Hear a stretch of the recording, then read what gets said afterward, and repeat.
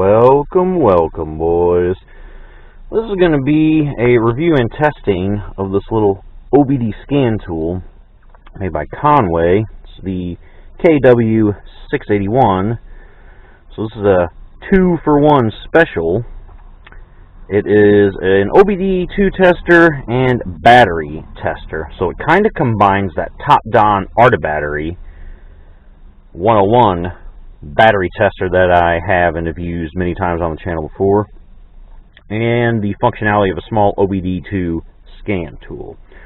So I have been looking for something to keep in the Crown Vic, a scan tool, a cheap one, just in case I'm out on the road and an engine light pops on. I need to figure out what it is and if I can repair it quickly, such as a cylinder misfire, a coil pack or something went out. I can identify which coil pack is out and then subsequently replace it, as I do keep spare coil packs in the trunk just in case.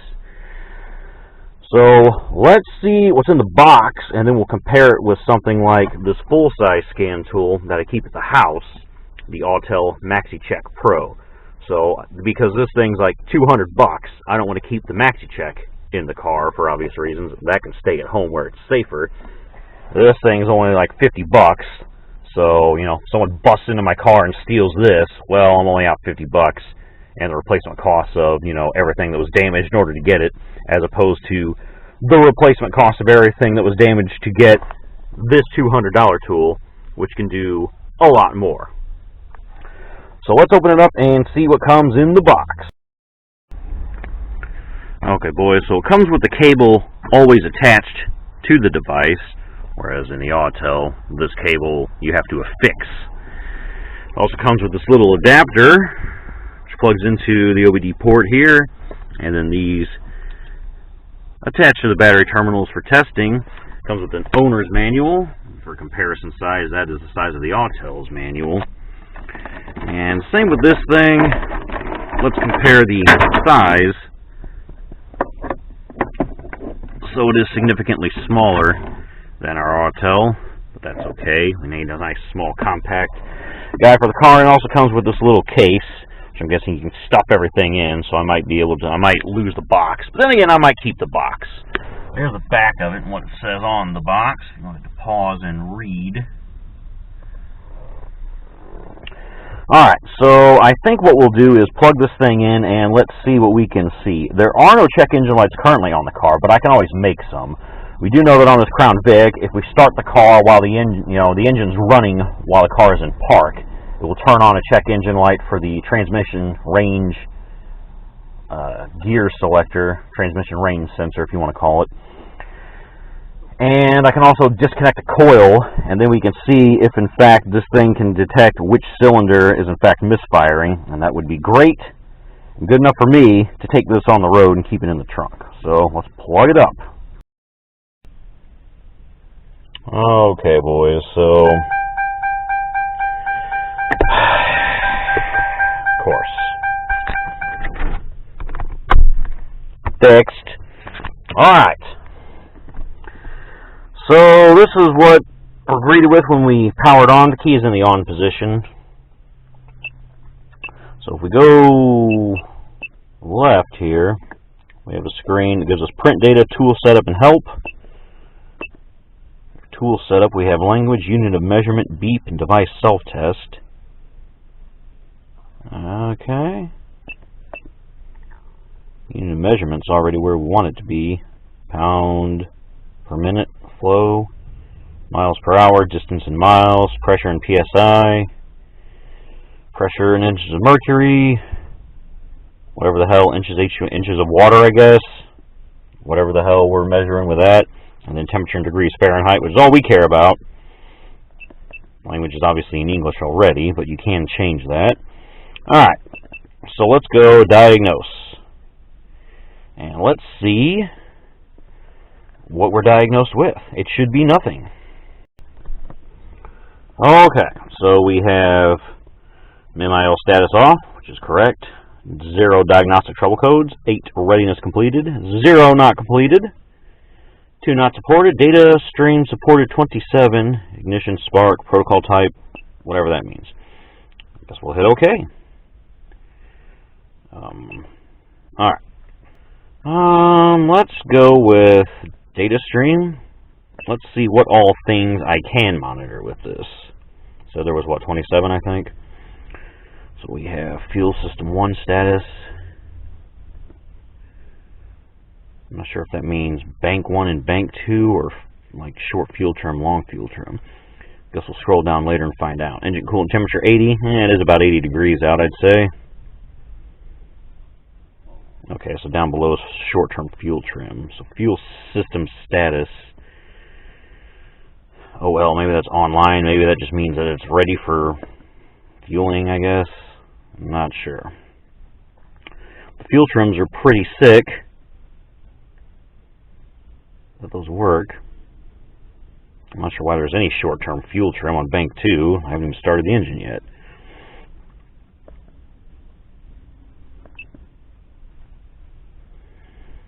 So I'm actually kind of impressed with the amount of information this little bitty cheap tool can provide me. So already it's off to a promising start. Oxygen sensor voltage output, that'll be nice so we can tell if it's working or not. Although, as I mentioned in previous videos, I do prefer graphing.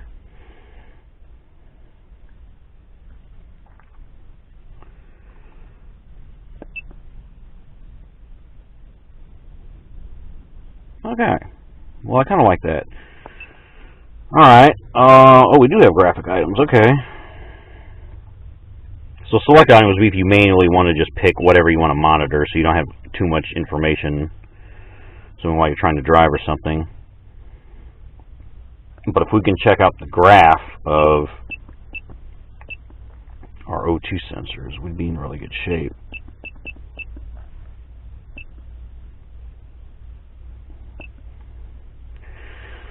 Alright, that's pretty sick.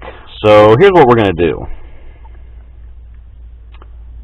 We're going to come back into this menu, I think, because I want to kind of do all this in one go, or as short as quickly as possible. So let's see if we can test the battery. Car battery. Please check the connection. Okay. I guess I have to use that adapter to plug it onto the battery. So let's go outside of the car and do that right quick.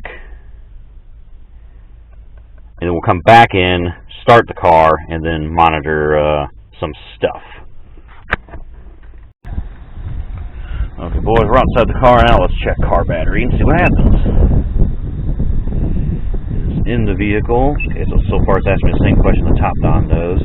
Let's do battery test. Check surface charge, turn lights on. Take headlights on about 10 seconds, turn lights off. Okay, I'm guessing that wants me to turn the headlights on for 10 seconds is what that's getting at, so I guess we'll do that.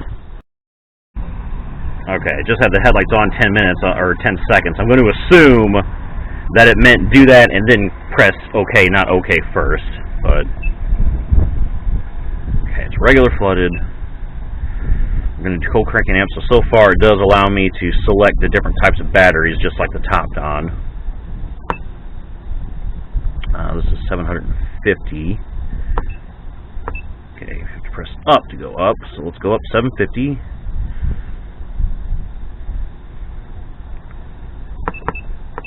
Moves up in increments of 5. Good battery, state of health 96%. Tell me the state of charge. I don't see state of charge on here like I do the top Don, but we do have 722 amps available. Voltage is 12.4. Sexually transmitted disease 750 amps. Oh, actually that must mean what it's supposed to have normally. And 4.16 ohms of resistance. Okay.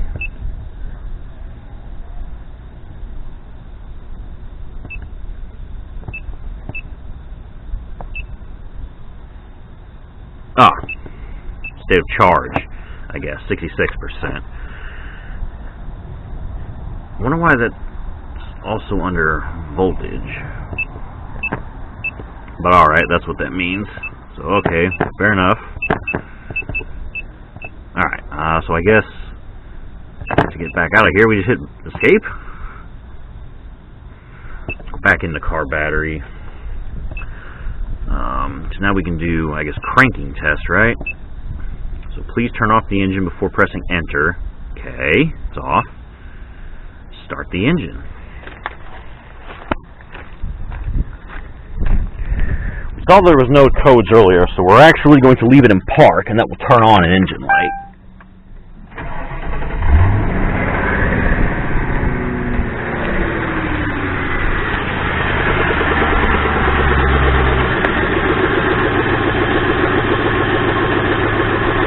I'm not sure how that's abbreviated, 3329 milliseconds. That really only took a couple seconds. 10.9 volts on the cranking normal.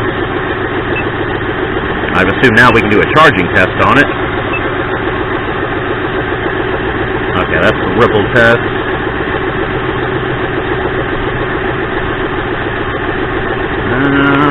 Let's try. I don't know if I can reach the throttle from here.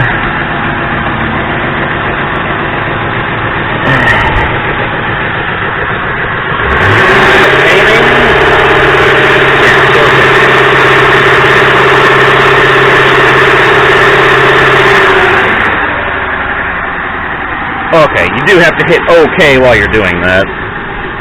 Probably going to be difficult if you have a car with a battery over here and your electronic throttle body, but with something like this, I can actually touch it. So, charging's normal.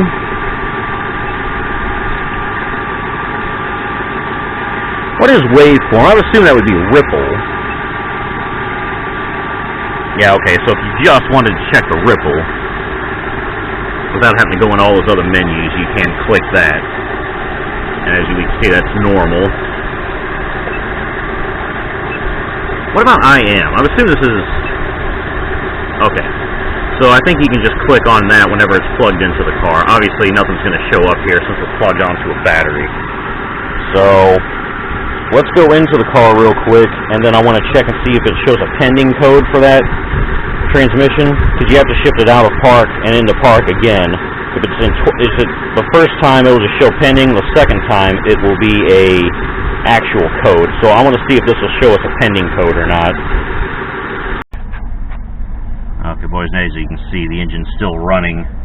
Overdrive light is flashing because the car is in park while the engine's running. So let's see what we have here. So it still shows there's no diagnostic trouble codes. Let's go to read codes. We do have a pending. Transmission range sensor circuit P0705. Alright, so we can monitor pending codes. So let's go ahead and shut the engine off. So here's what we're going to do. I'm going to disconnect cylinder 5 coil. So let's go in here and unplug this coil pack.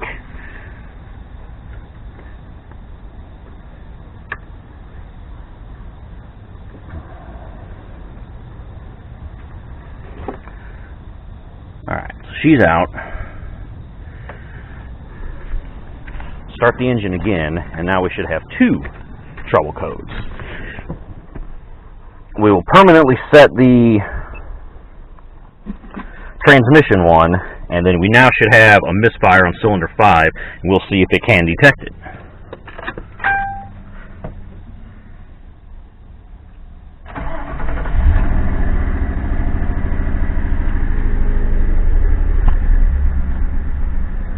I can feel it. Alright, so we do have a check engine light. We should also have a cylinder misfire. Let's give it some gas. Oh yeah, she's a shaking, boys. Alright. Let's go diagnose, and we'll see if we have 2 codes. One currently, that's going to be the transmission range sensor, but maybe we will have a pending. You read codes, let's try current. Transmission range sensor is now current code. Let's try pending. Ignition coil E primary secondary circuit. P0355. P0355. So the question of the day is, why is it not telling me which cylinder is actually misfiring? Unless I can search this P0355.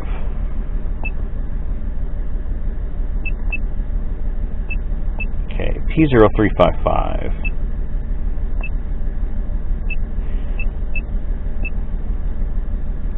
P03.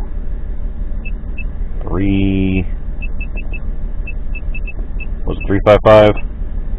Yes. Okay, so if I just search it, it tells me that. I'm questioning, though, why this isn't flashing. Normally when I have a bad ignition coil, it immediately starts flashing. But maybe I accidentally unplugged the fuel injector and not the coil pack. And I did just grab the first thing I could find in there. Let me confirm.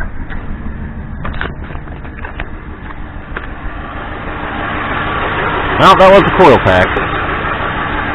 Maybe I should unplug another one. Alright, so let's plug this one back in.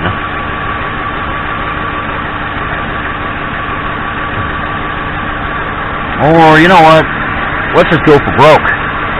This is going to be cylinder, what, 8, I believe?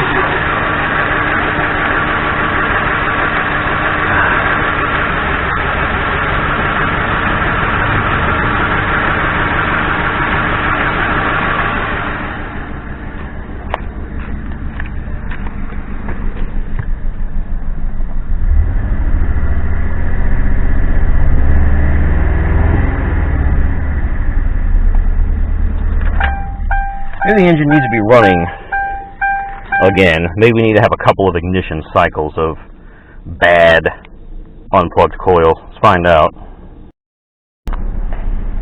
Okay, boys. So let's go diagnose.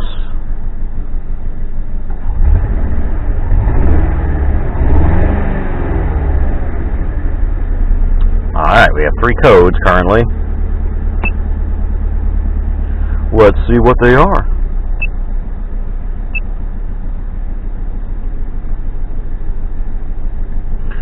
Ignition coil E, ignition coil H, transmission range.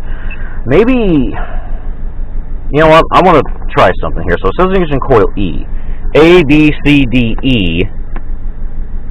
That would be 5 if we're going by alphabetical and numerical. F, G, H. That would be 8. Okay. So instead of saying ignition coil 5 and stuff like this scan tool does, it says E. So you just have to know that E corresponds to the 5th letter of the alphabet, ignition coil E, ditto for H. Okay, so this actually does work. Alright, well that's pretty handy. That should help me on the roadside. Okay. Now, the other thing we need to do is just check and make sure we can clear these codes. So I'm going to plug the ignition coils back in, clear the codes, we'll start the car in neutral, and then as long as everything stays off, then I would consider this a very valuable keep in your trunk. Okay, ignition coils are plugged back in. So it shows 3 codes. Ignition coil E, that'd be ignition coil 5. Ignition coil H, that'd be 8. The transmission range sensor. So let's go ahead and erase the codes. Yes, I am sure. On, engine off. Yes. Okay.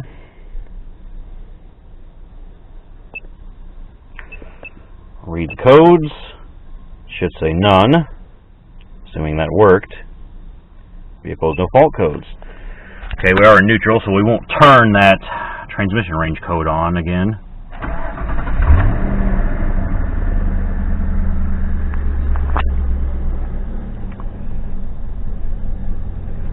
Let's clear out some of that unburned fuel in those cylinders, shall we?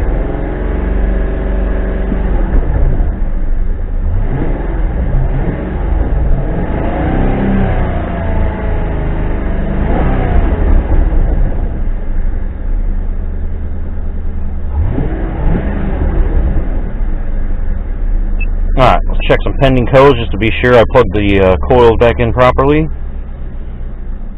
Okay, none pending. Obviously there's no current. The engine light's still off. Let's try I am readiness. Let's see how many are ready. Since we cleared everything, I'm going to assume we have quite a few not ready, such as the catalyst and O2 sensors. So CAT not ready, EVAP not ready, O2 sensor heater, and EGR, all those are not ready. Which is fine. It's not like I have any emissions tests anytime soon.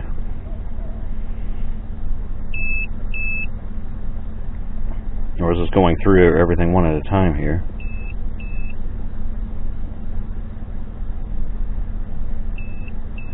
No, I guess it's just going to keep beeping.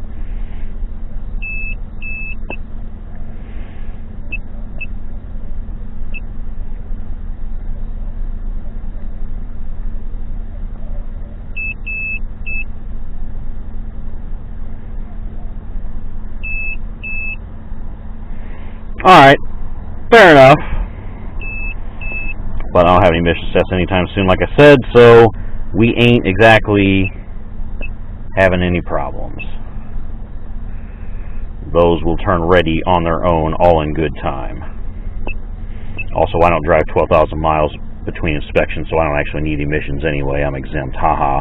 So even if I take it in and somebody leaves my transmission in park and turns the engine light on, which they do frequently whenever I get inspections,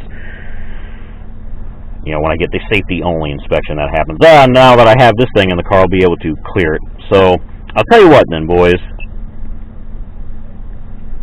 Actually, you know what? There's one other thing I wanted to do. We did want to go data stream, and I wanted to see the O2 sensor graphs.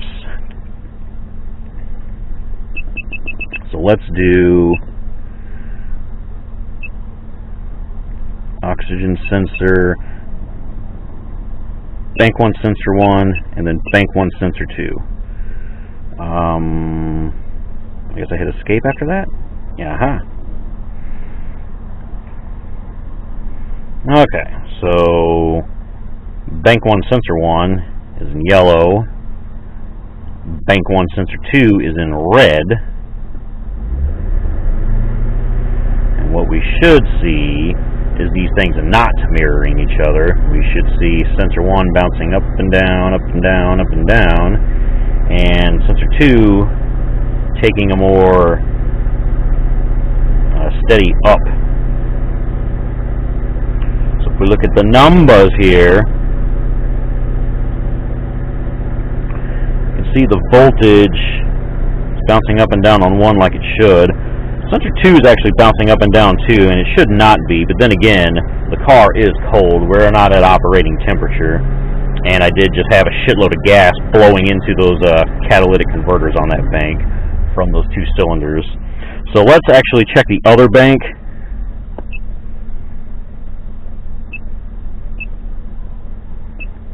Let's do bank 2 sensor 1, bank 2 sensor 2.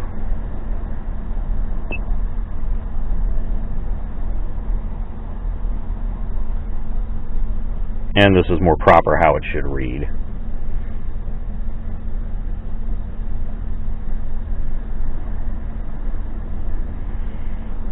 With this one, sensor 1 bouncing up and down, and sensor 2 staying a little more steady, not mirroring it.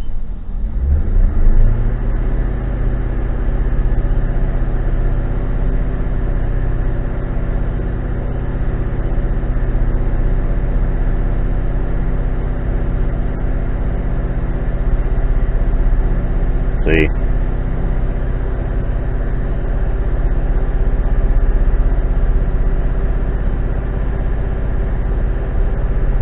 It's what it should look like.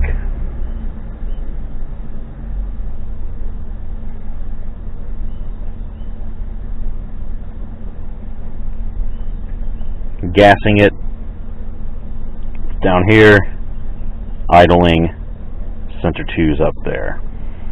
So more of a steady line, not up and down. Up and down's fine for sensor 1, but you don't want sensor 2 doing that as well. Otherwise it generally means either you have a bad cat or a bad post-cat sensor. So okay, you know what?